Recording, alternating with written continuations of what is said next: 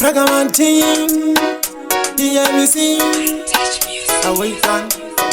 Levels Entertainment. Pane bonza, pane nyama, pane uchi, pane nyuchi, pane zia, pane mari, iwewe shinga. Bombo clad.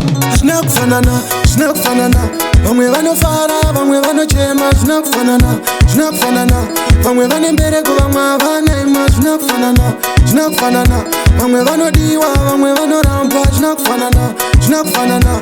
Vamwe vanoromba, vamwe vanoshanda. Zvangu zvichaita orini, oro ndichangonhonga mabhini, kutopfeka masimatsi emajini, eisiti ndichibuda nebhini. Imajini ukutambira 20, mwedzi wakupera panoda rendi, vana vanodhimanda matenti, apa muhomwe usina kana sendi.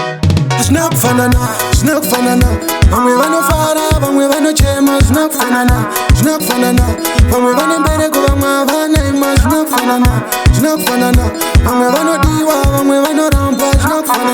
Zvinakufanana, vamwe vanoromba, vamwe vanoshanda. Kuti baba zvinoda kushinga, tumarezi tumafuta iwe uchitenga, kwete kuita baba kupa mukadzi mimba. Ukangodara mukadzi anonjenga, parino unomuka wakagara, masikati unoswera futi wakagara, parino nyura unobva watonorara. Zvimwe zvacho iteiwo muchinyara. Zvinakufanana, vamwe vanofara, vamwe vanochema. Zvinakufanana, vamwe vane mbereko, vamwe havana ima. Zvinakufanana, vamwe vanodiwa, vamwe vanoramba.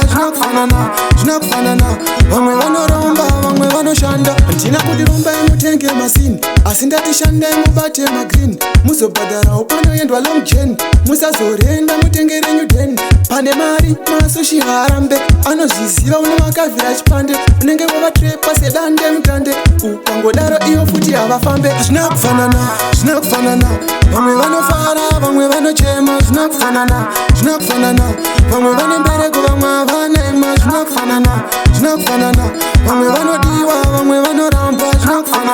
Zvinakufanana, vamwe vanoromba, vamwe vanoshanda.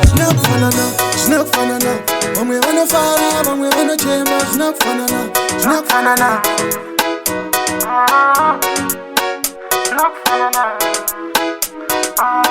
Touch music.